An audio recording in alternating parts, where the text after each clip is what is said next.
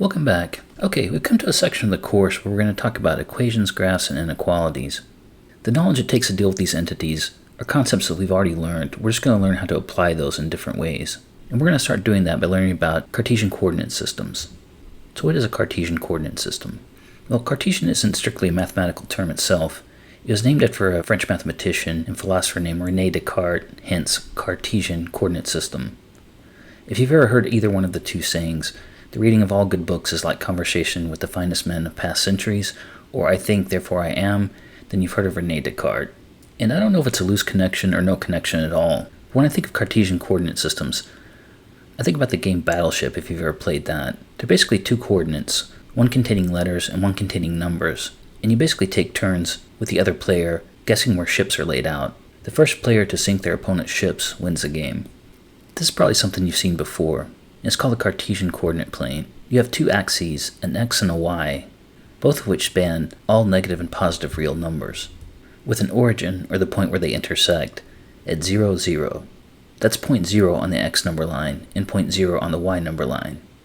It also consists of four distinct sets of points, called quadrants, starting with quadrant 1 and counting counterclockwise. Quadrant 1 consists of all points where x and y are both positive. Quadrant 2, all the x values are negative, while the y values are positive. Quadrant 3, where both the x and the y values are negative.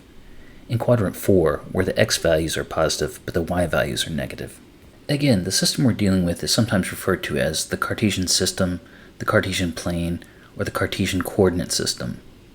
And the coordinates refer to values on this plane, where each value can be represented by an x and a y value.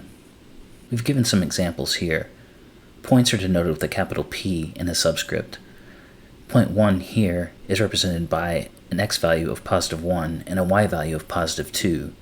As you can see on the graph here, if we go over one space on the positive x-axis and up two spaces on the y-axis, we have point 1 at 1, 2. And this is always the case. For any point, the x value comes first, followed by the y value. Point 2, for example, is represented by negative 5 on the x-axis and 4 on the y-axis. So if we go over 5 spaces to the left on the x-axis and up 4 spaces, we'll find the point P2. Point 3 is similar to point 2, but illustrates the importance of specifying positive or negative for each x and y value. Here, point 3 is located positive 5 spaces on the x-axis and negative 4 spaces on the y-axis. So if we count over 5 spaces on the x and down 4 spaces on the y, we get point 3. And similarly for point 4, to find its location, we go over 3 spaces to the left on the x-axis and minus 5 spaces on the y-axis. You've probably noticed that we've selected a point in each quadrant of the Cartesian coordinate system. Regardless of the values you use for x and y, you can use the signs to control which quadrant you want the point to be in, as we've done here. Okay, let's go ahead and take a break here. When we come back, we're going to take a look at some operations we can perform on points to do things like find the distance between 2 points. And this will be an intro to something that we'll see later when we start evaluating shapes like triangles and the like.